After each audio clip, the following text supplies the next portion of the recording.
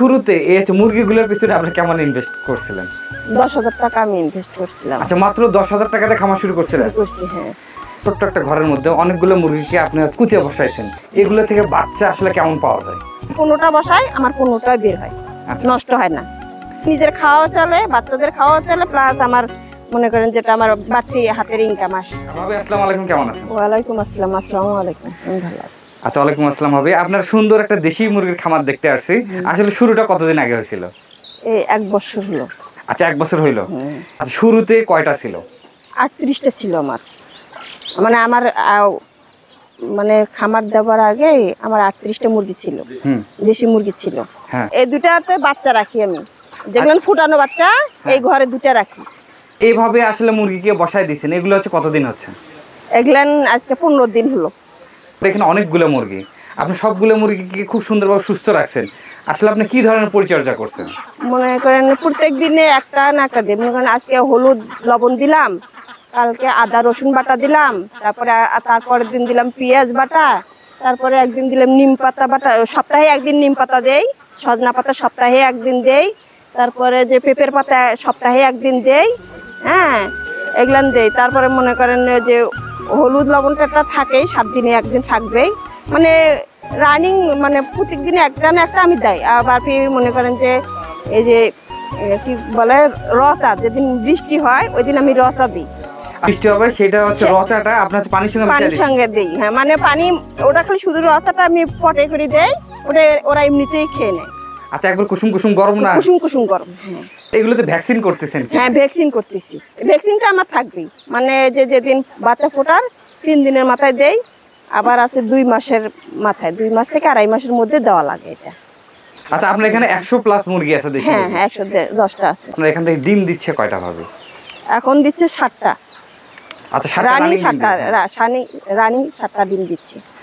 আর দেশি মুরগি সাধারণত কত দিন বয়সে এসে ডিম পাড়া শুরু করলে এটা দেখলেন আপনার অভিজ্ঞতা? মনে করেন 4 মাস 15 দিনের মাথায় ডিম দেয়। আর 4 মাস 15 দিনের মাথায় ডিম পাড়া শুরু করলেন? হ্যাঁ, মানে ডিম পাড়া শুরু করে ওরা। আচ্ছা, তারপর কতদিন দেয়, কতদিন আবার ছেড়ে দেয়? আবার মনে করেন যে 20টা 15টা 16টা এরকম করে ডিম দেয় দেশি মুরগি, এর বেশি দেয় না। তারপরে মনে করেন আবার 7-8 দিন গ্যাপ রাখে, আবার ডিম দেয়, এইভাবেই ডিম দেয়। এই 1 বছরের যাত্রায় আপনি আসলে কেমন দেখলেন? এইটা থেকে আসলে এটা আমার কাছে খরচ অনুযায়ী ইনশাল্লাহ আমি মনে করি যেটা বেনিফিট ভালো। মানে যত মুরগি আছে এগুলোর রোগ প্রতিরোধ ক্ষমতাও ভালো, এগুলোর রোগ কম হয় অন্য মুরগির চেয়ে। কিন্তু এগুলোর মনে করেন খাদ্য কম লাগে, প্লাস এদের বাজারটা ভালো। বা বাজারে মনে করেন যে অন্য মুরগি 280, এগুলোর মনে করেন 450 টাকায় আমি বিক্রি করতে পারি।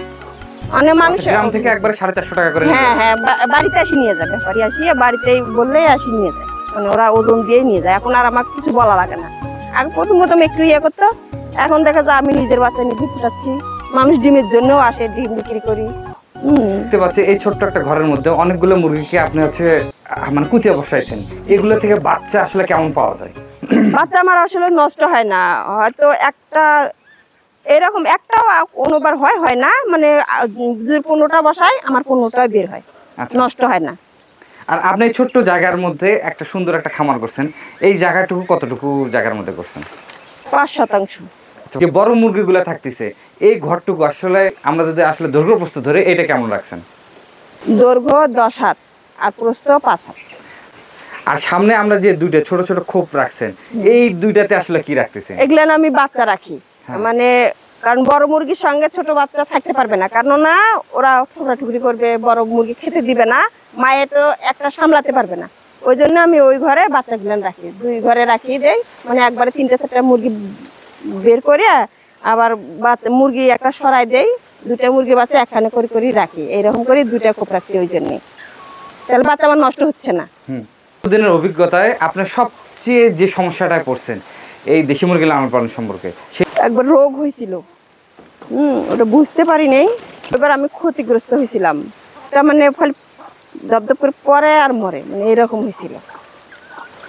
পরে তখন আমার শিক্ষা হয়েছে যে না, ভ্যাকসিনটা দেওয়া লাগবে। ভ্যাকসিন না দিলে আপনি ওষুধ না খাওয়ান তাতে সমস্যা নেই, কিন্তু আপনার ভ্যাকসিনটা দিতে হবে। এই মনে করেন যদি আপনি এই যে লতা পাতা এগুলো খাওয়ান তাহলে আপনার ওষুধ লাগবে না, কিন্তু আপনার ভ্যাকসিনটা দিতে হবে।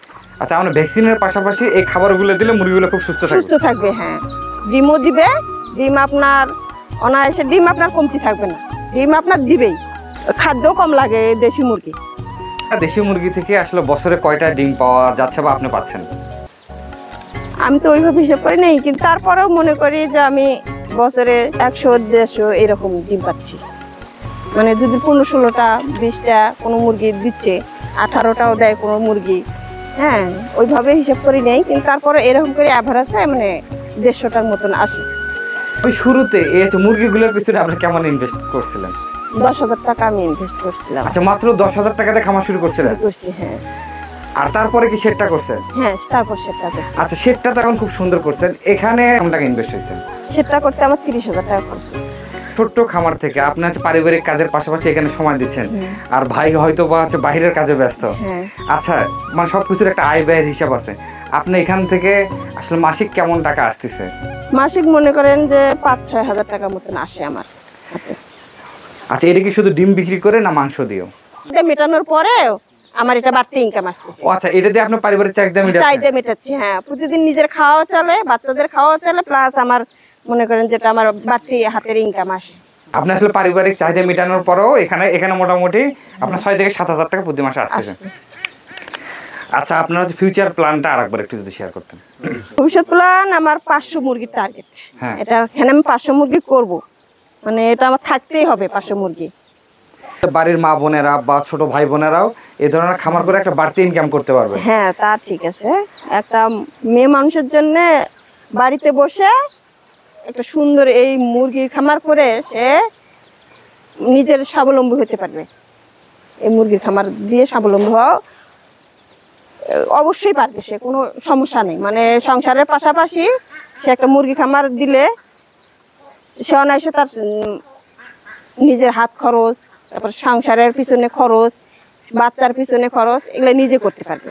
দেশি মুরগির চাহিদা তো মানে প্রচুর পরিমাণে। হ্যাঁ, প্রচুর পরিমাণে চাহিদা, এটা বলা লাগে না, কাউকে বলা লাগে না যে যে আমার যদি আমি যে পরশুদিন আসছিল ব্যাপারী, আমি খালি বলছি যে বিক্রি করব, মানে বলা লাগে না, আর বুঝেন নাই 450 টাকা এক মানে লুফে নিয়ে গেল, মানে বলা লাগে না। আর দেশি মুরগির এত চাহিদা। সুন্দর খামারটা দেখে খুবই ভালো লাগলো।